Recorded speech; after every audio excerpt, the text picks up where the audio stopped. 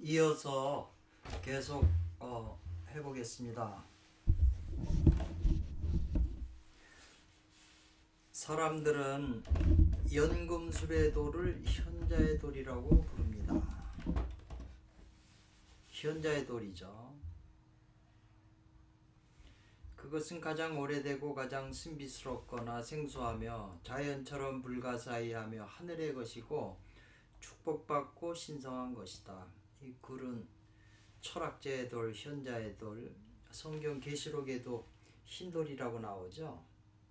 돌의 상징성이, 그 돌은 진짜이며 확실성 자체보다도 더 확실하고 비밀 중의 비밀이다. 즉 무지한 자들에게는 나타나지 않는 신의 미덕과 권능이며 하늘 아래 만물의 종착점이자 목표이고 모든 현자들의 작업의 결정적이고도 놀라운 결론이다. 연금술에서는 그 현자의 돌, 이걸 아주 중요시 여기죠. 그것은 모든 요소들의 완전한 본질이며 어떤 요소도 침범하거나 훼손할 수 없는 불멸의 본체이자 정화의 극치이다. 그것은 자신 안에 신의 정신, 모든 허약하고 불완전한 금속들의 치료제를 소유한 살아있는 수운의 분신이고 영원한 빛, 모든 고통의 치료제이고 모든 보물 중에 가장 값진 불사조의 영광인 것이다. 그것은 자연의 모든 것 중에서 가장 귀중한 재산이다. 니코스 카잔스키의 그 진홍색선하고 지금 서로 통하는 것이라고 볼 수 있겠습니다. 이게 다 있는 글을 제가 모아서 읽어드리는 것 뿐이에요. 그래서 이제 천이삼 제이삼 석상극하여도 무진범이 번이라는 것을 다시 또 설명을 하겠네요. 여기서 일시무실의 법칙으로 한없는 무수한 생명의 점이 생기면 이 점들은 무의 바다에서 서로 헤엄치는데 신의 세 가지 속성인 덕혜력을 풍부하였기 때문에 끼리끼리 모여서 상극으로 나누어지는 과정을 거치게 된다. 많은 점들이 생기게 되면 어차피 일시무실에서 아버지 어머니 또 자기 아들의 세 가지 성품을 가지고 태어난 이거기 때문에 세 가지 성질이 있기 때문에 많은 종류들이 이제 각각 품여된 대로 품부받은 대로, 그래서 여기서 이제 가벼운 어떤 것들은 위로 가고 그 집단들은요, 또 어떤 것들은 땅으로 가고 어떤 것들은 중앙으로 가서 그런 세 가지 종류로 끼리끼리 모이다 보니까 이제 천일일, 지일이, 인일삼 이렇게 생겼다고 지금 설명하려고 하는 거거든요. 그러므로 일시무실의 법칙으로 생겨나는 점은 계속해서 유출되는 것이 무궁무진하다는 거죠. 그 근원에서 계속 호떡 찍어내듯이 이렇게 돼서 나온다는 거죠. 축소돼서 점으로 만들어진다는 거죠.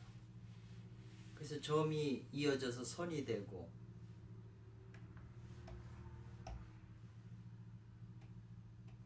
그래서 삼위신고에 나온 진리운의 말대로 사람과 만물은 함께 삼진을 받았는데 왈 성명정이라 사람은 온전히 받고 만물은 조금 치우쳐서 받았다. 이렇게 설명이 되고 있죠.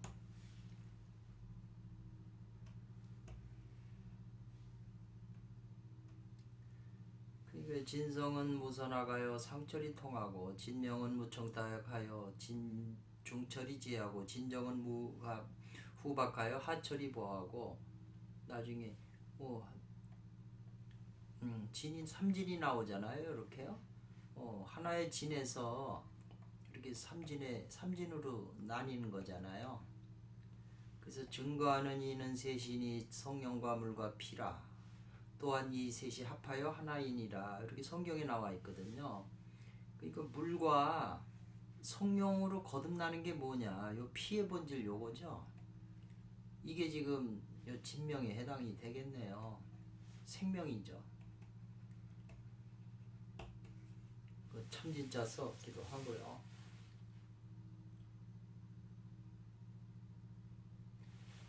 그 다음에 이제 천일일이요 지일이요 인일삼인데 일적식거라.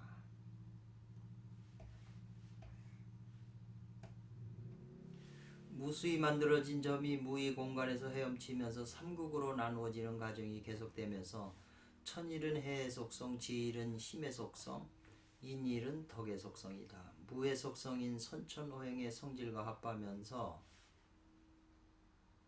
점차로 순수한 것은 위로 올라가 고요해지면서 하늘이 되니 삼진의 하나로 천일이면서 첫 번째 순서로 정해지고, 또 삼진의 하나인 지일은 아래쪽으로 내려와 땅이 되니 두 번째로 정해지고, 다시 선천의 천지가 결성하여 화생하니 바로 인일인 만물이 세 번째로 정해진 것이다. 그러므로 천일지일 그리고 인일의 뒤에 붙은 1과 2와 3은 시간적인 의미가 된다고 보겠다. 이렇게 했어요.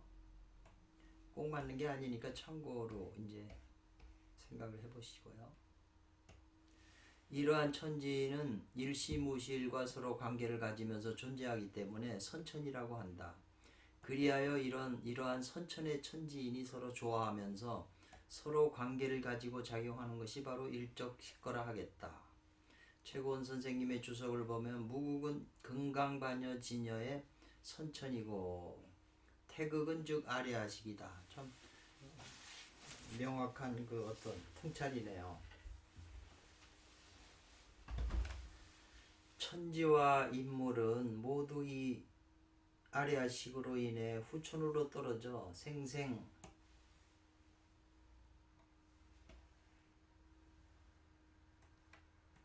사사하로 사생의 길을 전전불식한다고 했다. 다시 최고원 선생의 일적식거에 대한 해석을 보면 천일생수 지육성, 지생화 천질성, 천삼생모 지팔성, 지사생금 천구성, 천호생토 지십성지, 이렇게 해서 이걸 일적식거라 했다는 거죠. 그러니까 이것이 이제 하도가 되는 거죠.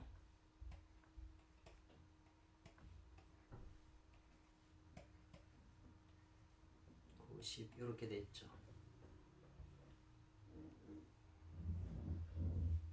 여긴 금이 되는 거고, 요거는 수가 되고요. 여기는 목화 되고, 여기는 화가 되잖아요. 여긴 이제 요건 토가 되죠. 하도가 이제 10의 숫자까지 있어서 하도라고 하는 것이 이제 일적식거에서 성립이 되는 거죠.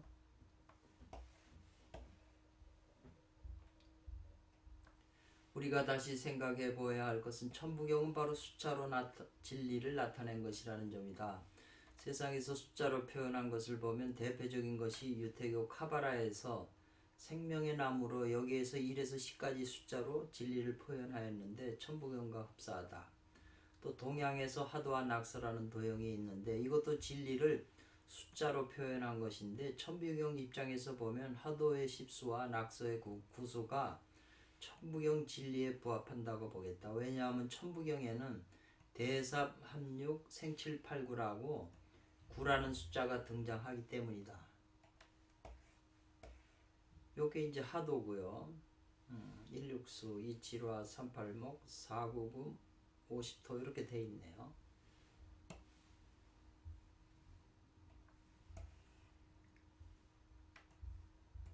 하도와 낙서를 떠나서 동양 문화를 얘기한다는 것은 불가능한데 지금도 이 말은 유효하며 다시 말하면 동양 문화의 진수라고 하겠다. 아레아식은 태극의 음양을 머금은 것으로 말하는데 음은 무명불각이고 이거는 이제 그 개은화상님이 능원경 주석서에 나오는 걸 옮긴 거예요. 양은 해명본각이니 미하여 순교하면 생로병사로 윤회육범하고 깨달아 역수하면 상락아정으로 초증사성하나니 이런 까닭에 마땅히 알라. 음소양장으로 시종공분이라. 음은 소멸하고 양을 자꾸 잘하게 하는 게 선도에도 공부고 개운화상님도 이렇게 주석을 붙이셨네요. 또 이제 그 아레아식 아까 얘기를 했잖아요. 이런 능원경 송시에 나와요. 레이아 아레아식의 그 백정이 본래 어리석음이 없건만은 그랬어요. 그런데 이제 3세가 나뉘고 또 육추로다. 판만의 진로가 이로부터 일어나니 범계와 범부가 맺어지네. 이렇게 했거든요. 뭐 3계죠. 3계와 범부, 중생이 맺어지는 거죠. 그것이 이제 전부 아레아 백정식이 전부 들어가서 그 작용해서 만들어진다는 거죠.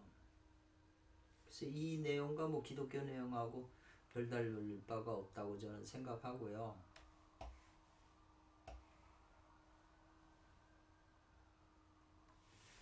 지금 이것도 다 능언경에 저 주석으로 나오는 거예요. 주석으로 나오는 거라 그냥 넘어가겠어요.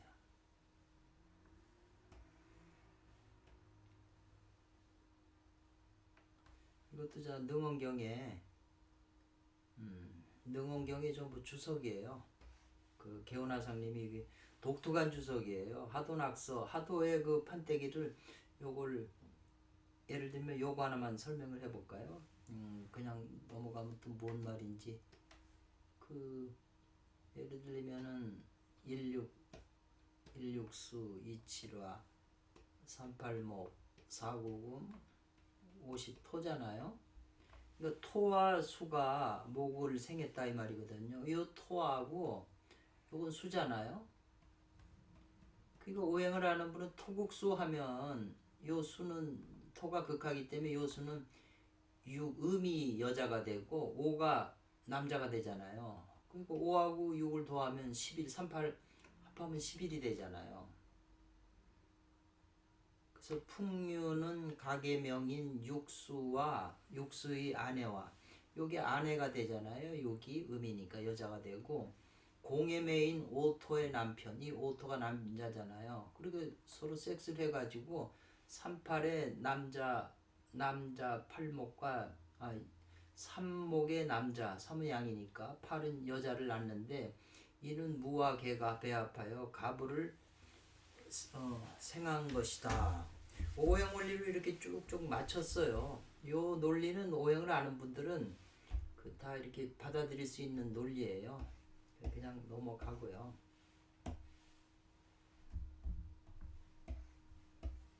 그래서 이제 저는 그 하도 가지고 한반도 미래의 예측의 전략도가 이 하도에 있다고 본다. 저는 그렇게 생각을 했거든요.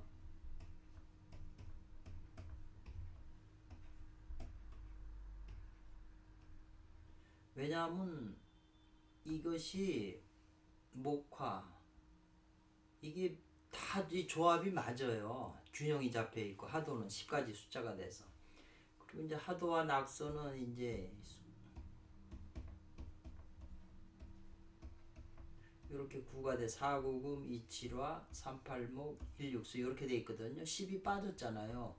하도하고 낙서의 차이점은 이 중앙에 이거 10이 빠진 거고 여기 남쪽에 이칠화가 있고 북쪽 저 서쪽에 금이 있는데 여기는 위치가 이 서쪽에 화가 있고 금이 남쪽에 있어요. 요 금과 화가 위치가 바뀌고 10이 빠졌다는 거예요. 그러니까 하도에서 낙소로 변한 거. 아까 천일일 지일 일적 식거에서 중간에 무게화상 원리에 의해서 그저 생칠팔구 낙소 원리가 나왔잖아요. 지금 그걸 설명하는 건데 하도와 낙서의 차이점은 무엇인가? 하도는 시계 방향으로 돌아요. 수생목, 목생화, 화생토, 토생금, 금생두로 도는데 낙서는 시계 반대 방향으로 돌아요. 수국화, 화국금, 금극목, 목구토, 토국수 이렇게 극으로 돌아요. 그리고 하도와 낙서의 금과 화의 위치가 서로 바뀌어져 있어요. 하도에는 중앙에 5와 10이 있는데 낙서에는 5만 있잖아요. 여기 차이점이에요. 그러면 금화가 바뀐 거 이게 뭘 의미하고 요 10이 빠진 거 요 10이 뭘 의미하냐. 왜냐하면 이 금화를 바꾸고 여기다 10만 더해주면 다시 선천으로 돌아가잖아요.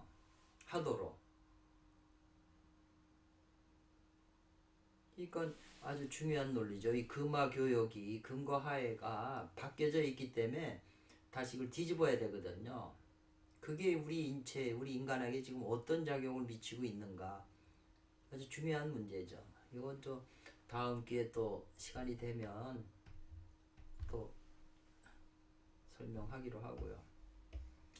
일단은 쭉 읽어드릴게요. 이런 건 다 제가 쓴 거예요. 하도는 조화를 이룬 그림으로 균형이 잡혀 있고 상호 간의 숫자를 모두 더해도 더해도 모두 균형과 조화를 이루고 있다. 하도는 낙서는 요거 이게 잘못됐네. 이게 낙서는이네. 이렇게 잘못되네. 낙서는 하도 다음으로 균형을 가지고 있으나 결국에는 상극의 패턴을 가지고 있다. 선도 수련의 원리에는 7반 9환이라는 말이 자주 나오는데 이것은 상극인 낙서의 7과 9의 자리를 다시 상생인 하도처럼 되돌리는 걸 말한다. 그래서 7반 환단하는 것은 사람에게 있다. 그래서 요 기토를 단련해서 때를 기다려라. 이게 한당 선도에서 나오는 거예요. 바꾸는 원리가 여기 있다는 거죠. 연기 대시하는데 그거 사람이 해야 된다는 거죠.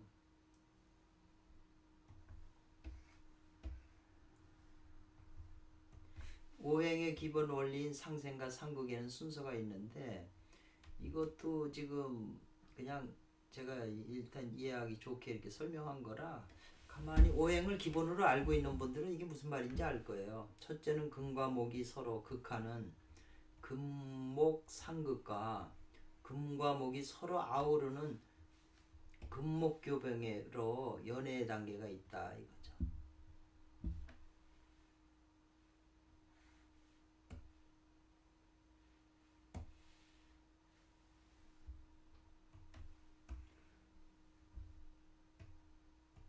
둘째는 수와 화가 서로 극하는 수화상극과 수와 화가 서로 통하는 수화기제로 서로 사랑하는 단계이고 셋째는 금과 화가 서로 극하는 금화상극이 있고 금과 화가 서로 사귀는 금화교역으로 오르가즘의 단계다 그랬어요. 사람이 연애하고 사랑하고 극치를 느끼는 단계로 지금 표현한 거예요. 알기 쉽게.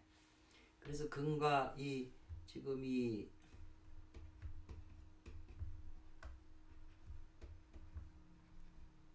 요걸 갖다가 여긴 목이고 여긴 금이잖아요. 여긴 수고 여긴 화고 여긴 토다 이거죠. 그 50을 이렇게 나눠져 가지고 지금 16수는 수니까 요거는 일본으로 봤어요. 저는 사구금은 미국으로 보고 목은 소련으로 보고 화는 중국으로 봤죠. 근데 토는 여기는 이제 오는 남한으로 보고 10은 북한으로 봤어요. 둘 다 토에 속하지만 지금 우리가 이게 갈라져 있잖아요. 10이 남북한이 합하면 숫자로 15가 되기 때문에 사구금인 13 해봐야 중앙이 더 숫자가 많잖아요. 그래야 중앙이 15가 돼서 있어야 사방에 그 균형을 잡을 수가 있는데 지금은 이 10과 5가 서로 떨어져 있기 때문에 힘을 발휘 못한다는 거죠. 그래서 이 금과 목의 관계는 미국과 소련의 관계이고 수와 화의 관계는 일본과 중국의 관계이고 금과 화의 관계는 미국과 중국의 관계이다. 지금 이게 오래전에 써놓은 글인데 지금은 이 중국하고 금의 관계죠. 처음에는 금하고 목의 관계에다가 그 다음에 금생수에서 목생화 요게 수화기제 이렇게 되고 나중에는 극체에서는 오르가즘에서는 금화교육이 일어나야 오르가즘을 느끼기 때문에요. 이렇게 이제 설명을 한 거거든요. 그래서 남북한과 4대 강국의 관계가 이상하게도 하도 원리에 부합하므로 앞으로의 변화를 어느 정도 예측할 수 있다고 본다. 옛날에 그 무슨 올림픽인가 뭐 축구에도 4등을 한 거, 올림픽의 4등인가 그 육자회담 같은 것도 이 6개 틀이잖아요. 이제 전체적인 시각이 되는 거죠. 그래서 그게 이제 그 원리가 되는 것이고 동아시아에서 남북한과 4대 강국이 세력의 균형이 이루어져 서로 상생과 상극하게 되어야만 우리나라가 21세기 선두자리로 나아갈 수 있다. 이제 서로 균형을 잡아야 된다는 거죠. 뭐 누가 쳐부시고 없애는 게 아니라 서로 상생상극하면서 이제 그 균형을 잡게 돼 있다는 거죠. 근데 제가 오랜 세월 관찰해 보면 전부 그런 식으로 이제 그런 방향으로 이제 가고는 있는 거죠. 평화되려면 이 하도의 방법대로 선천의 그 우주 에너지 그 법칙대로 따라가야 되거든요. 그래서 이제 천시, 지리, 인화, 신 중에서 인화만이 부족한 상태다. 때도 천시는 이제 우리나라가 좋게 될 때도 됐고, 이 땅의 장소도 마침 4대 강국에 있는 중심 자리에 차지했기 때문에 옛날에는 그게 고통의 장소였을지 몰라도 지금은 중요한 자리가 되는 거고요. 그 다음에 사람들과의 화목, 단결을 해야 되잖아요. 그리고 신이라고 하는 건 이제 우리나라가 운세를 탄 거거든요.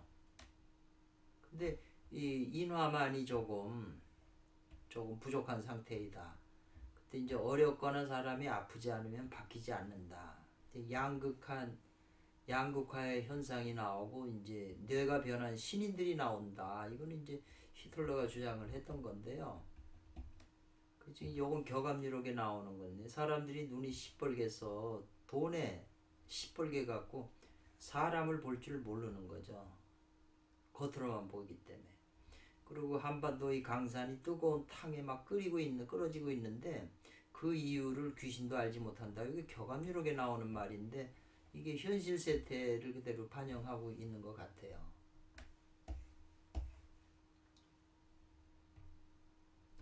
그래서 한국의 과거와 미래의 전망, 모든 만물과 만사는 전부 음양의 작용에 지배를 받고 있다. 양이 작용하면 확대하는데 마치 봄에서 여름으로 작용하는 것 같다. 예를 들면 단군의 영토라고 제가 했는데 옛날에 단군의 영토가 굉장히 이렇게 넓었잖아요. 영토가. 그때는 이제 그 봄에서 여름으로 작용하니까 양기가 확장하는 수니까 이렇게 커진 건데 또 철로 같은 것도 기차 철로도 여름이 되면 이 철로가 지금 철로가 이렇게 해서 쇳덩어리 그 바닥에 있는 게 약간씩 1cm 뭐 떨어져 있다고 그러잖아요. 조금씩. 근데 이제 여름이 되면 이게 붙는데요. 겨울에 되면 또 좀 오그라들어서 좀 공간이 생기고 사슴뿔 같은 것도 봄 가을이 되면은 막 그 봄 여름이 되면 막 이렇게 뿔 쪽으로 이게 에너지가 다 오잖아요. 그래서 그 뿔이 사슴의 피가 머리 뿔 쪽으로 제일 많이 왔을 때 요걸 따가지고 녹용으로 삼는 거잖아요. 가을 겨울에는 이 피가 다 뱃속으로 들어가니까 이게 독각밖에 안 되잖아요.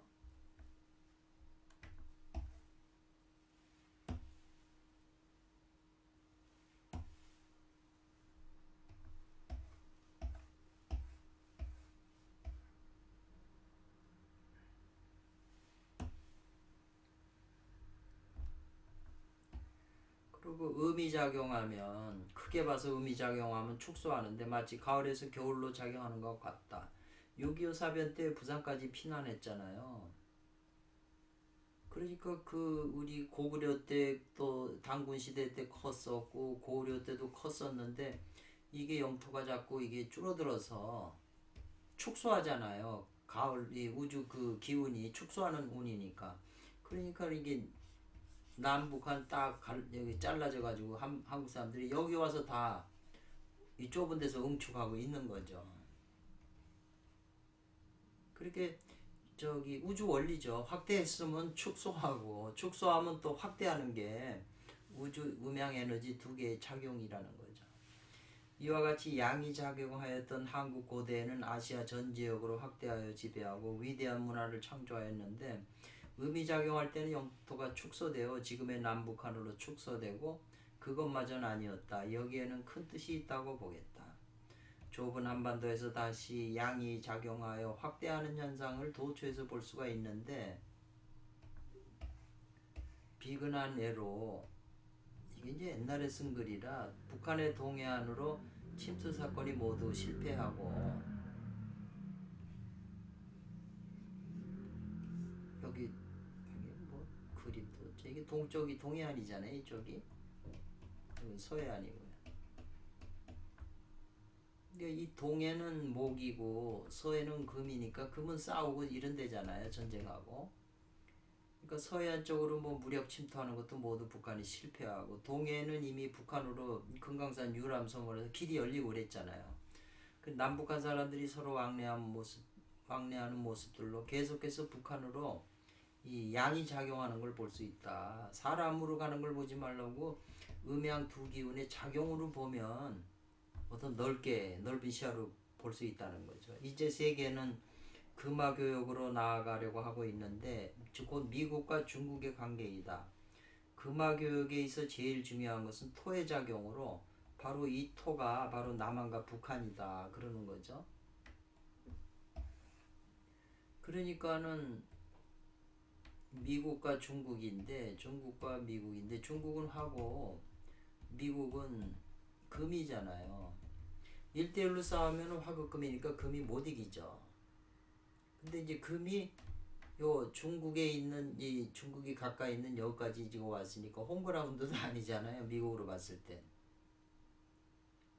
그래서 이 미국 금은 원리상으로는 중국에 지게 되어 있다. 그런데 여태까지는 금이 화의 공격을 화급금을 막아내려면은 금생수 해가지고 수국화해야 되거든요.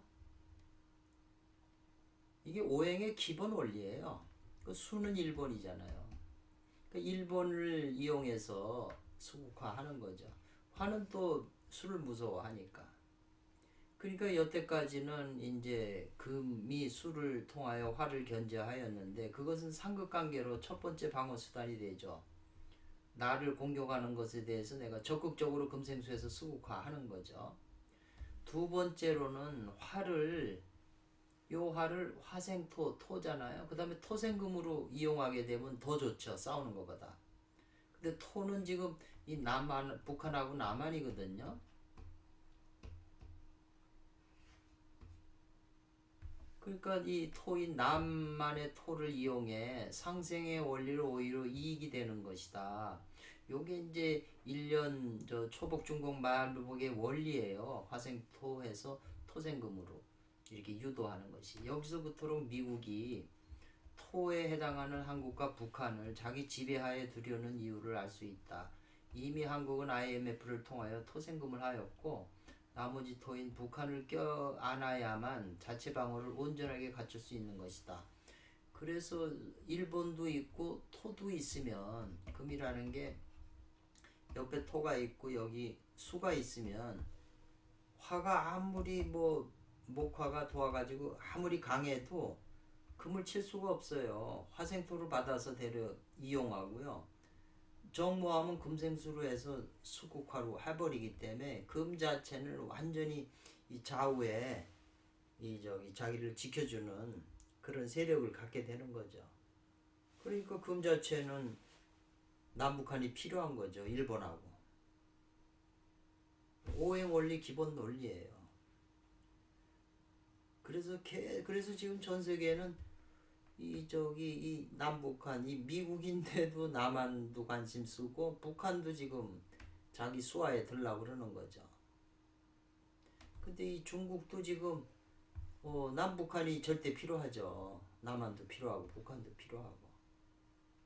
그래서 이 금화를 서로 사귀어서 화급금하면 싸우는 건데 조화를 시키는 게 이 토에 있거든요. 토는 중앙에 있어갖고 사방을 다 조화롭게 해요. 수화목금을.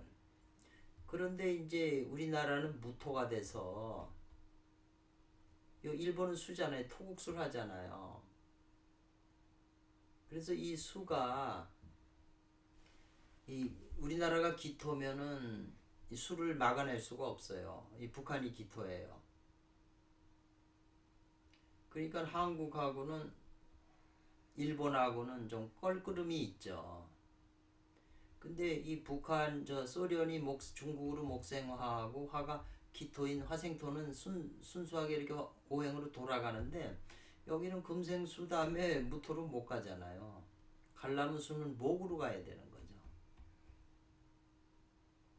요 상생상극의 원리가 기본적인 누구나 조금 들으면 다 알게 되는 거예요. 제가 이제 너무 분량이 많다 보니까 이러한 원리를 통하여 한국은 어떻게 해야 될까 하도 이게 오래전에 적어놓은 거기 때문에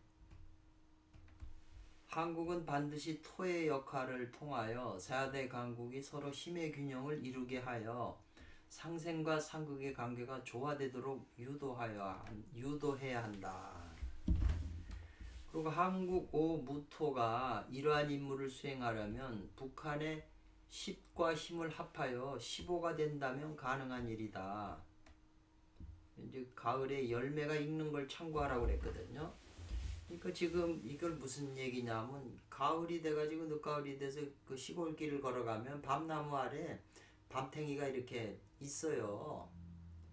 그래서 이제 밤탱이가 제법 커서 가다가 뭐 알맹이가 있겠지 밟아 보면은 알맹이가 아직 없어요. 속에 차질 않았어요. 그냥 물기만 있어요.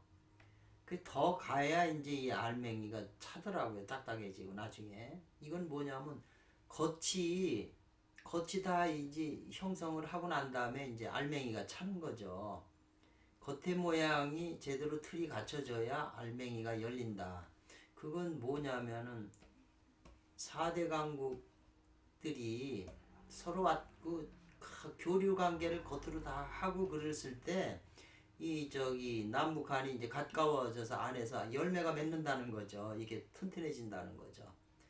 남북한이 먼저 대구 4대 강국이 뭐 하는 게 아니라 서로 관계를 엮어가잖아요.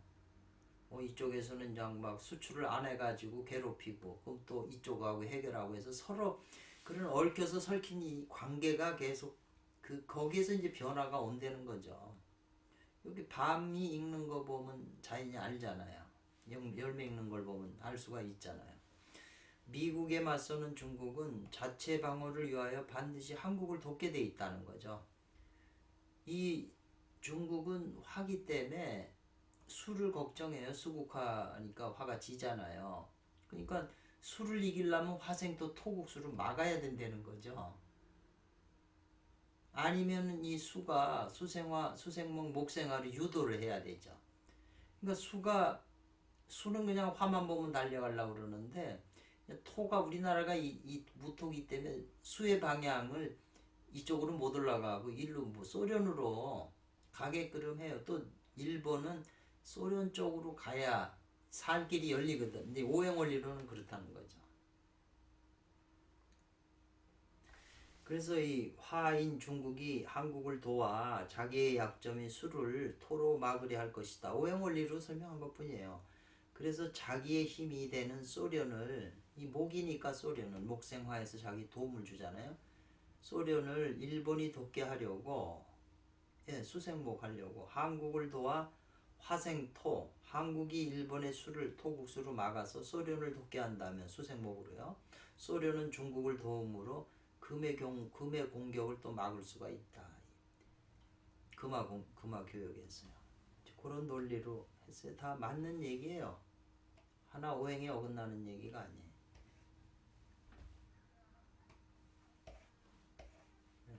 요것도 다 맞는 논리인데 중요한 건데 이제 제가 설명은 복잡해서 안 하고요. 가만히 보시면 무슨 말인지 알 수 있어요. 이건 또 다른 데서 있는 얘기인데 세계사가 다시 그 발상지를 향해 중심을 이동하기 시작할 때 세상의 종말이 온다 그랬거든요. 지금 중앙토인 중심으로 다 뭐가 이동을 하잖아요. 요새는 이제 K 문화 때문에 더 그것이 이제 분명해졌죠. 발상지를 향해 중심을 이동하기 시작할 때 이 말이에요. 이상으로 대략 오행 원리를 통하여 급변하는 한반도의 정세를 살펴보았다. 그러나 여기에는 많은 변수가 있을 것이다. 그러나 극에 이르면 필연적으로 발생하는 원리로 극도로 어두워지면 다시 새벽이 오는 것과 같다. 그 음양 원리라는 거죠. 앞으로 한반도를 둘러싸고 일어나는 국제적인 정세에 대하여 이러한 오행의 원리에 비추어 본다면 다소 짐작하는 바가 있을 것이다. 이랬어요.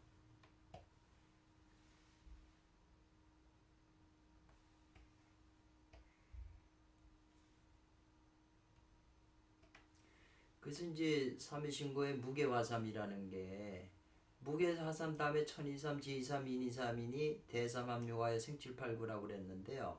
이 무게화삼이 바로 이제 지금 천일일 앞에 하도하고 낙서에 중간에 여기 위치해가지고 여기 매개체가 되는 거죠. 무게화삼 함으로써 요 낙서인 후천이 이제 발생한다는 거죠. 근데 이런 기본 논리를 이제 사람들은 무게화삼은 전혀 엉뚱하게 다들 해석을 해서 뭐가 뭔지 모르게 만들어 놨다는 거죠.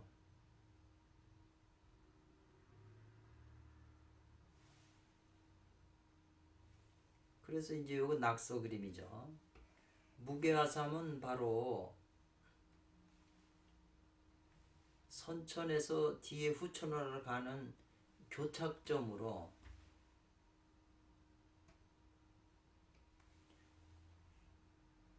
무게화삼의 과정으로 인해 후천으로 떨어지며 후천의 세계가 건립되는 것이다. 고은 선생의 주석에는 괴는 결핍이라고 했는데 옥편을 보면 결핍되다, 부족하다, 모자르다, 힘이 없다, 무력하다, 효력이 없다는 뜻으로 되어 있다. 이러한 말들은 모두 이치가 맞는다. 최고원 선생의 주석을 보면 이미 후천으로 떨어져 삼재와 만물의 생성이 그치지 않고 변화가 무궁한 것을 무게화삼이라고 하면서 괴는 핍이라고 결핍이라고 하셨다 이런데요. 그리고 또 천이삼, 지이삼, 인이사는 여기 대건, 합건 이라는데 건건캐거든요. 여기는 전부 6개 6이고 요거는 9죠. 양은 9로 상징하니까. 그래서 대건, 합건 이 큰 건이 요 곤곤 남자 여자가 합해가지고 7, 8, 9라고 하는 게 만들어졌다는 거예요. 그리고 2는 요거는 음수잖아요. 그리고 요 3은 양수잖아요. 천지인에는 모두 음양이 있는 까닭에 천이삼, 지이삼, 인이삼이라고 했다. 그리고 또 후천의 공곤이 배합하여 화생, 요거는 이제 그 일백수, 이흑토 요런 그 요게 구자화성인가 그런 그 수리로 뭐 또 뭘 살펴보는 게 있어요. 구궁으로 배치되어 운하가 무궁하다고 했다. 그러므로 대건합건하여 7, 8, 9를 생한다고 했다.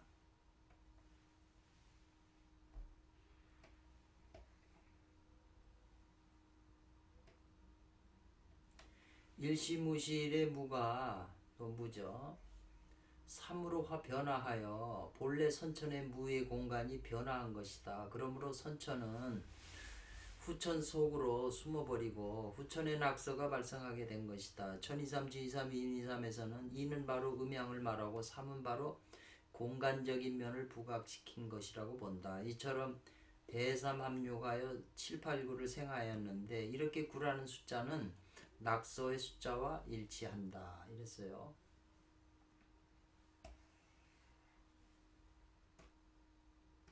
그래서 하도 낙서는 바로 이제 사람이 수행을 해서 신선이 되는 원리를 내포하고 있는 그런 도면이라는 거죠.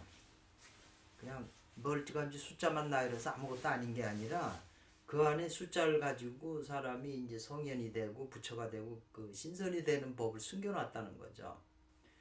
그래서 하도는 상생상극하면서 상생으로 작용함으로 선천이라 하고 낙세는 상생상극하면서 상극으로 작용함으로 후천이라 한다.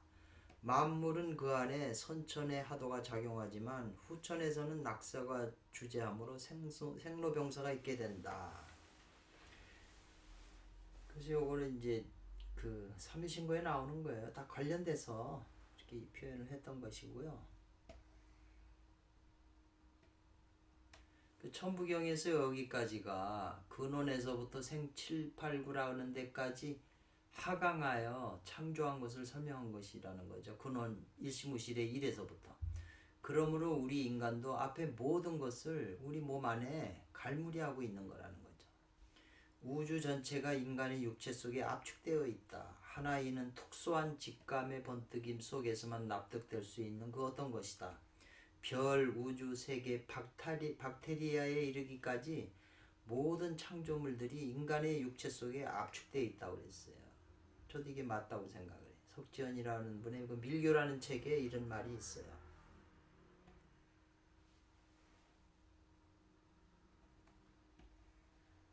그래서 생칠 8구까지 끝나고 이제는 그러면 다시 우리가 근원본으로 돌아가야 되잖아요. 우리가 물질세계에 떨어져가지고 고통을 받고 있으니까.